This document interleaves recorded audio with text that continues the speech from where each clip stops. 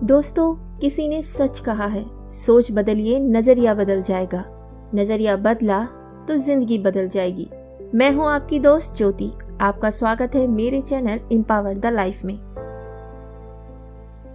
दोस्तों, हमारे सबके मन में एक सवाल उठता है, क्या कर्म हमारे जीवन को प्रभावित करते हैं?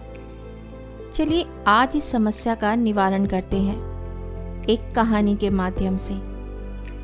एक बार की बात है, भगवान बुद्ध अपने 2 शिष्यों के साथ यात्रा पर निकले थे।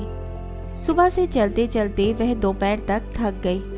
तब उन्होंने थोड़ा आराम करने के बारे में सोचा। पास में ही उन्होंने एक पेड़ देखा। बुद्ध ने अपने दोनों शिष्यों से कहा, चलो यहाँ थोड़ी देर बैठकर अपनी थकान दूर कर लें। वह तीनों लोग पेड़ के नीचे बैठ गए।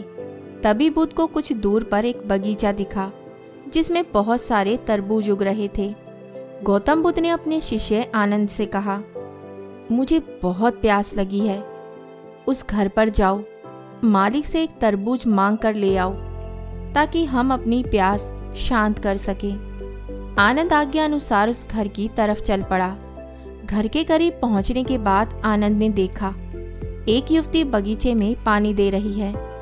आनंद ने बहुत ही आदर से युवती को नमस्कार किया और कहा, मेरे गुरु सुबह से पैदल चल रहे हैं, इस कारण वे बहुत प्यासे हैं। क्या उन्हें देने के लिए आप मुझे एक तरबूज दे सकती हैं?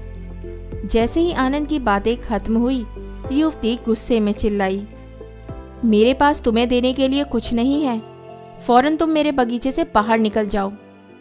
आनंद युवती को और नाराज ना करते हुए खाली हाथ वापस लौट आया और सारी बात बुद्ध से बता दी। बुद्ध बस मुस्कुरा दिए और अपने दूसरे शिष्य से बोले, कश्यप जाओ, तुम तरबूज मांग कर लाओ। कश्यप के मन में संदेह था कि क्या वे युवती उसे तरबूज देगी। फिर भी उसका कर्तव्य था कि वे अपने गुरु की आज्ञा का पालन करे, इसलिए वे घर की तरफ आगे बढ़ता रहा। जब युवती की नज़र इस सन्यासी पर पड़ी, तब युवती के चेहरे पर मुस्कान खिल गई। वह युवती भी नहीं समझ पाई कि उसके चेहरे पर यह मुस्कान क्यों है। वह युवती कश्यप के पास गई, उनके पैरों में झुककर नमस्कार किया और उनसे पूछा, आप कौन हैं? कश्यप ने अपना परिचय दिया, साथ ही उसके पास आने का कारण भी बताया।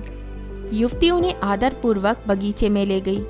फिर बगीचे से बड़ी सावधानी पूर्वक चुनकर एक तरबूज तोड़कर लाई और उनसे बोली, आदरणीय संत, यह इस बगीचे का सबसे अच्छा तरबूज है, कृपया इस भेंट को स्वीकार करें।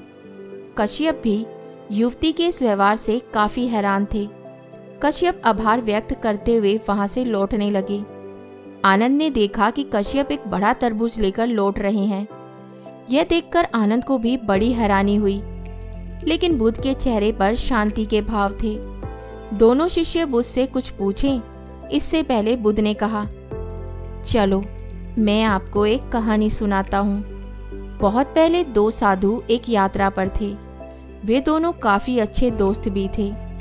गर्म दिन और तेज धूप में वह सुबह से चल रहे थे, जिससे वे प्यास और थकान से भर गए थे। तभी अचानक उनकी नज़र सड़क के किनारे मरी हुई बिल्ली पर गई। उस बिल्ली के शव से तेज बदबू आ रही थी। पहला साधु अपनी नाक पर हाथ रखते हुए वहां से तेजी से भागा, लेकिन दूसरा साधु बिल्ली के पास गया, उसके लिए प्रार्थना करने लगा, आप बौद्ध धर्म की शरण में जाएं, आपको ज्ञान की प्राप्ति हो, दोबारा आपका जन्म किसी बेहतर जगह पर हो। प्रार्थना समाप्त करके साधु ने अच्छे से एक गड्ढा खोदा और बिल्ली को दफनाकर आगे बढ़ गया। आखिरकार एक दिन बिल्ली को इंसान के रूप में जन्म मिला। आप अभी जिस युवती से मिले वह वही बिल्ली थी जिसका इंसान के रूप में जन्म हुआ था।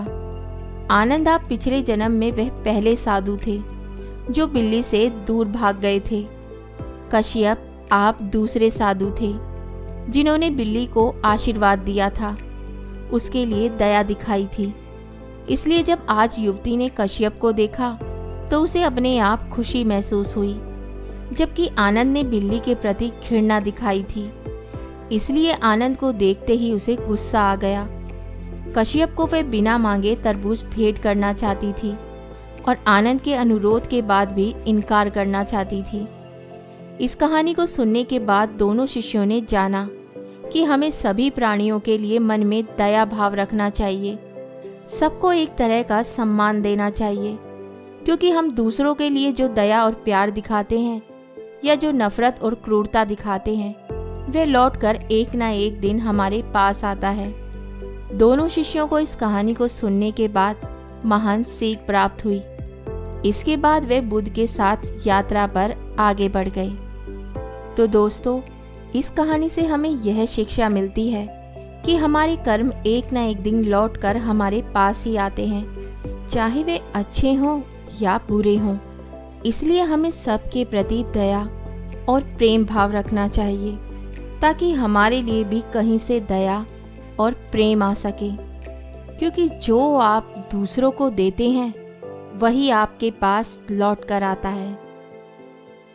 कहानी सुनने के लिए धन्यवाद। उम्मीद करती हूँ आपको कहानी पसंद आई होगी। तो बहुत जल्द मिलती हूँ एक कहानी और नई सोच के साथ। तब तक हंसते रहिए, मुस्कुराते रहिए और अपना ख्याल रखिए।